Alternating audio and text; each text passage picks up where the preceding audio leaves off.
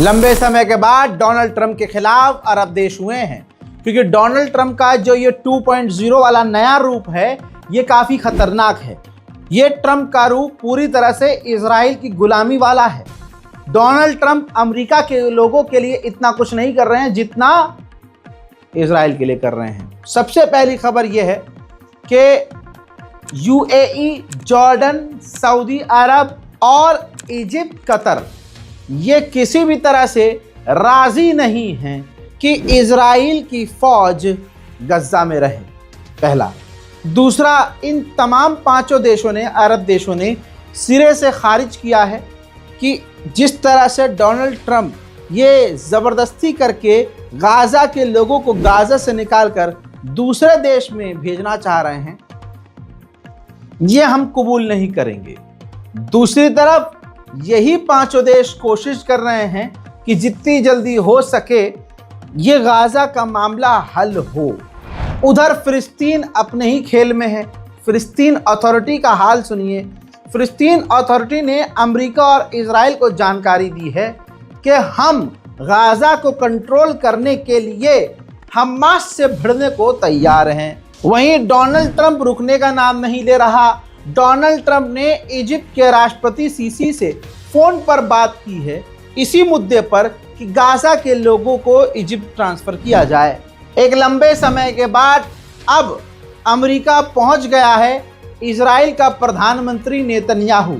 कहा जा रहा है खासकर ईरान के मुद्दे पर और हॉस्टेज यानी गाज़ा हमास की कैद में जो फिलहाल इजराइल के कैदी बचे हैं उनके मुद्दे पर बात करेंगे नेतन्याहू और डोनाल्ड ट्रंप।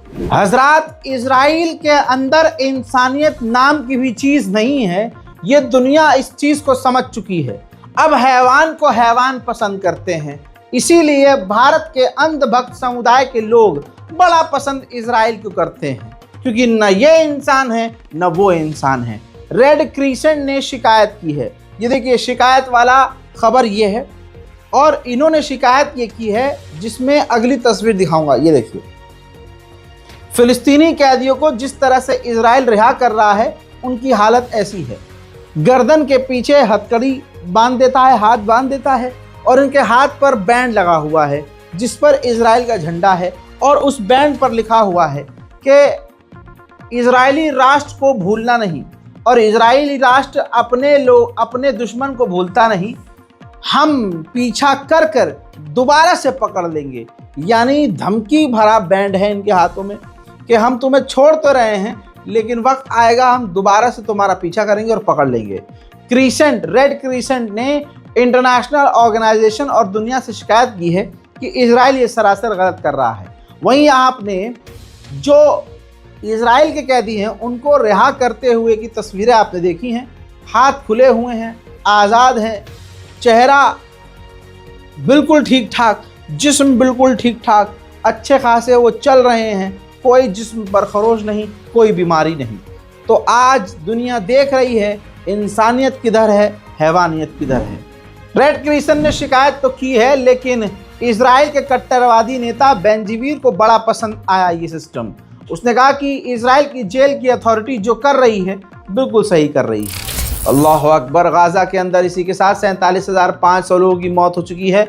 अभी 12 घंटे के अंदर अंदर मलबे से 24 और लाशें बरामद हुई हैं। उधर मेरे दोस्तों, फिलिस्तीन के वेस्ट बैंक के जनीन के एक मोहल्ले में इजराइल ने हवाई हमला कर दिया है जिसमें 5 फिलिस्तीनियों की शहादत हो गई है। हजरात, रफ़ा क्रॉसिंग की पहले की तस्वीर ये है। ये रफ़ा क्रॉसिंग ऐसा हुआ करता था जिसे बमबारी करके आज रफ़ा ने, ये देखिए, ऐसा हाल इसका कर दिया है। रफ़ा क्रॉसिंग पूरी तरह से इजराइल ने उजाड़ कर छोड़ा है। इजराइल के फाइनेंस नेता और कट्टरवादी बेंजीवीर जो नेता हैं, दोनों ने जो कैदी आज़ाद हुए हैं उनका स्वागत किया है और लिखित में नेतन्याहू को दिया है कि इस कैदियों के अदला बदली के बाद गाज़ा से दोबारा जंग लड़ी जाए। हजरात, इंटरनेशनल ऑर्गेनाइजेशन का एक सीनियर ऑफिसर है, स्क्रीन पर ये रिपोर्ट है। बताना चाहूँगा, यूएन स्पेशल हाउसिंग मिनिस्टर हैं, यानी ये दुनिया में नज़र रखते हैं कि किनका घर छीना जा रहा है, किनके घर के अधिकार को छीना जा रहा है। कमाल की बात यह, इनका नाम है बालाकृष्ण राजगोपाल। दोस्तों ये यूएन में हैं, भारतीय ओरिजिन के हैं, नाम समझ में आ रहा होगा, नाम से समझ गए होंगे आप। इन्होंने क्लियर कट कहा है कि 70,000 फिलिस्तीनियों के मकान इस तरह से मिट गए हैं जैसे वो थे ही नहीं, और हमने इतिहास में कभी इतने कम वक्त में इतने बड़े इलाके को और इतने ज़्यादा घरों को उजड़ते हुए कभी नहीं देखा। ये कितनी बड़ी बात कही जा रही है यूएन के अधिकारी के द्वारा कि हमने इतिहास में किसी भी जंग में इतना तबाही नहीं देखा है कि इतने 70,000 लोगों के मकानों को उजाड़ दिया गया हो। हजरात, इजराइल ने जिन फिलिस्तीनियों को रिहा किया है उनमें से 10 को तुरंत इमरजेंसी में एडमिट किया गया है, अस्पताल में आईसीयू में वो भर्ती हैं। हालात इतने ख़राब हैं, उनको इजराइल ने इतना प्रताड़ित और इतना टॉर्चर किया है। मैंने पहले ही कहा था कि डोनाल्ड ट्रंप पर भरोसा करना भी गधे के पेशाब को अमृत मानने जैसा है। अब सोचिए, ट्रंप ने अपनी औकात दिखाते हुए कहा कि अगर इजराइल ने सीज फायर का उल्लंघन किया, गाज़ा, फिलिस्तीन या लेबनान पर दोबारा अगर हमला किया, तो हम कोई पाबंदी इजराइल पर नहीं लगाएंगे। तो ये तो खुला खुला कह दिया कि करो भाई, जो करना है, मारो पीटो, कुछ भी करो। ये डोनाल्ड ट्रंप की दादागिरी है। इसी वजह से इजराइल लेबनान पर अभी भी हमलावर है। आइए ये मंजर देख लीजिए, ये तस्वीर देखिए, ये लेबनान की एक्सक्लूसिव तस्वीर है। सोचिए, सीज फायर हो रखा है यहाँ पर, लेकिन इजराइल ने बमबारी की है, लेबनान के लोगों के खेतों में आग लगाई है, गांव को जला दिया है और जगह जगह बमबारी की है। अमेरिका तो मदद कर ही रहा है, लेकिन अमेरिका की एक ऑर्गेनाइजेशन ने $5 लाख इजराइल की सेना को दिए हैं। ये हाल भारी मात्रा में, अच्छी खबर है ये, भारी मात्रा में रफ़ा के रास्ते गाज़ा के अंदर एम्बुलेंसेस जाना शुरू हो चुकी हैं।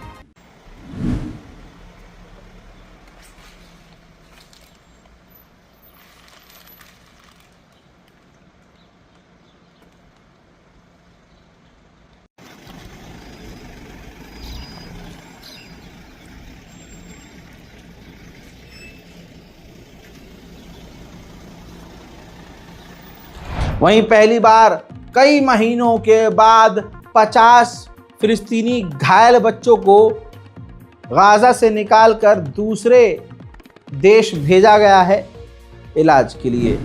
उधर में दोस्तों, इजिप्ट के लोग अभी भी डोनाल्ड ट्रंप के खिलाफ बॉर्डर पर, गाज़ा के बॉर्डर पर जाकर प्रदर्शन कर रहे हैं, क्योंकि डोनाल्ड ट्रंप ज़बरदस्ती गाज़ा के लोगों को गाज़ा से निकालकर इजिप्ट भेजना चाहता है। इजिप्ट के लोग प्रदर्शन कर रहे हैं कि ऐसा नहीं होगा और ऐसा हम होने नहीं देंगे। गाज़ा के लोगों की ज़मीन बहानों से हम छीनने नहीं देंगे।